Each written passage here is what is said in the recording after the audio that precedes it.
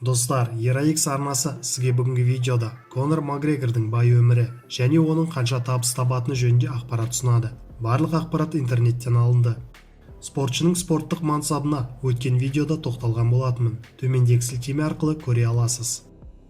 Макгрегор белсенді Instagram пайдаланушысы. Спортшы жиі фотоларын салады. Жанкүйерлерге жаңа татуировкаларды, іскерлік киімде немесе оның шашының қалай өзгергенін жиі көрсетіп отырады.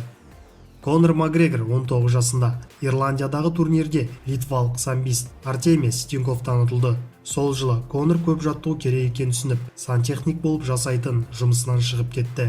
Осылайша күніне 2 рет жаттығу жасап, жұмыссыздыққа төленетін жәрдемақымен өмір сүрді. Содан бері бірнеше жыл өтті. Қазіргі таңда Макгрегор Лас-Вегаста жеке өз спорт залында жаттығатын жағдайға жетті. UFC тарихында алғашқы болып бір жекпе-жек үшін $1 миллион алатын және $3 миллион жекпе-жекке шығатын жұлдыз болып, өзінің қарсыластарында миллионер қылуға дайын. Макгрегор 2013 жылы UFC-де бірінші жекпе-жегін өткізіп, жанкүйерлердің сүйіспеншілігіне бөленіп, үлкен қолдауға ие болды.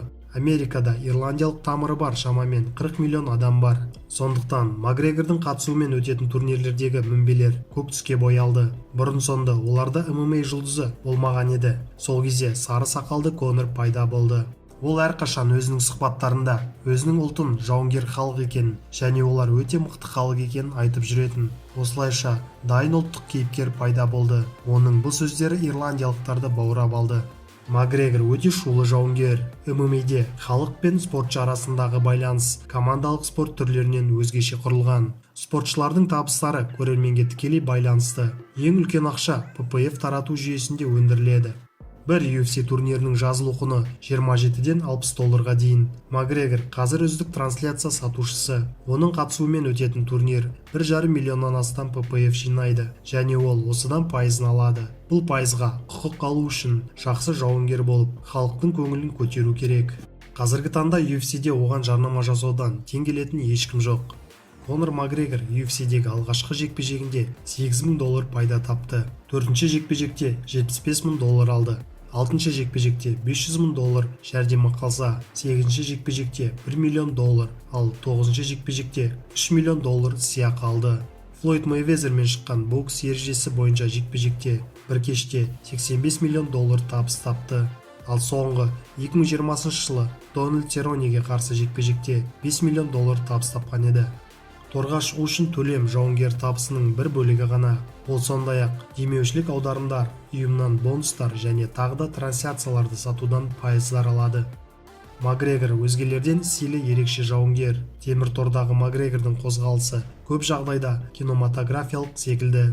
Ол өзін түсіріп жатқан ондаған камералар алдында сенімді ұстауды ұмытпайды. Конор Макгрегор қымбат сағаттарды жақсы көреді. Оның топтамасында жетекші брендтердің ондаған данасы бар. UFC-дегі үлкен қомақты сыйақысының арқасында гауһар тастармен әшекейленген сағаттарды да ала алады. Спортшының ең қатты жақсы көретін сағаты Rolex маркалары.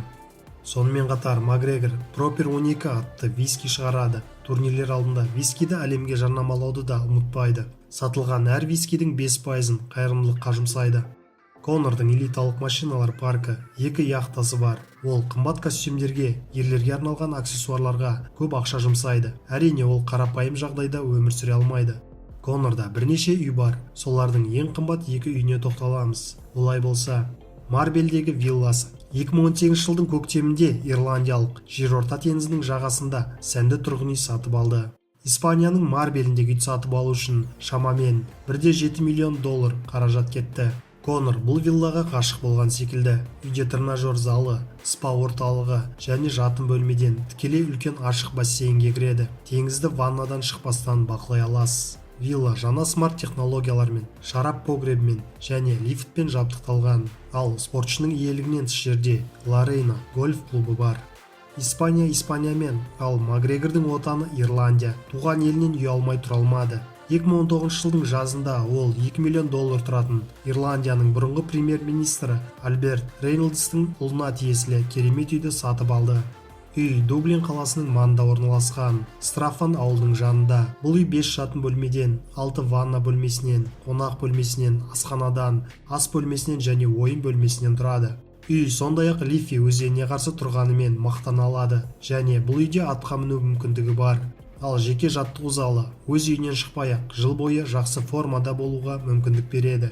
Конор осы ауданның жаңа тұрғын емес. Бұрын Леди Касл элиталық тұрғын үйінде тұрған болатын, бірақ олардың баспанасы сәл қарапайым болды. Жауынгер оны сатуға барлығы $975,000 сұрады. Ирландиялық спорттық автомобильдерді жақсы көреді. Қазіргі таңда автопаркінде ондаған қымбат автокөліктері бар. Атап айтқанда, Cadillac Escalade бұл Макгрегордың тұлғасын сипаттауға болатын автопаркіндегі ең қолайлы автокөлік болуы мүмкін. $106,000 тұратын Mercedes-Benz S500. Mercedes әрқашан бірінші класты сәнді седандарды жасады және оларды кез келген адам өз гаражында болғанын қалайды. BMW i8 құны $135,000 құрайды. Бұл BMW болашақ машинасына ұқсас. Конор автопаркінің лайықты мүшесі және оның сүйікті автокөліктерінің бірі. Lamborghini Huracan құны $220,000 құрайды. Оның айтуынша Huracan маркасы Ирландияда жалғыз және ол Конорда. McLaren 650S құны $265,000 құрайды. Қызғылт сары түсті жыртқыш оның автопаркіндегі және әлемнің ең жылдам көліктерінің бірі. Rolls-Royce Dawn бұл Rolls-Royce $350,000 бағаланады. Бағасы $400,000 болатын екі Rolls-Royce'тың неге керек екенін сұрағанда, ол екі машинаны көрсете отырып, бірі бизнес үшін, ал екіншісі үлкен бизнес үшін деп Инстаграмда пост жариялады. Rolls-Royce Ghost Конордың ең танымал машинасы. Бұл автокөлікті Rolls-Royce Motors компаниясы сыйға тартқан болатын. Автокөлік арнайы жасалып, сыртында Конордың бейнесі бейнеленген. Lamborghini Aventador өзінің спорттық мансабының арқасында Конор $500,000 тұратын автокөлікке қол жеткізе алды. Танымал итальяндық брендтің атақты Aventador'ы оның гаражының бөлігі болып табылады және ол мутант лақабатын алды.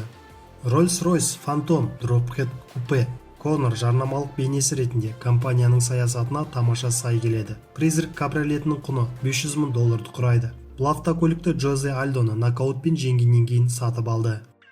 Конор Макгрегор қымбат демеушілік келісімшарттардан да табыс табады. Спортшы Electronic Arts, Monster Energy, Burger King, Reebok, BSN сияқты ірі компаниялармен ынтымақтасады.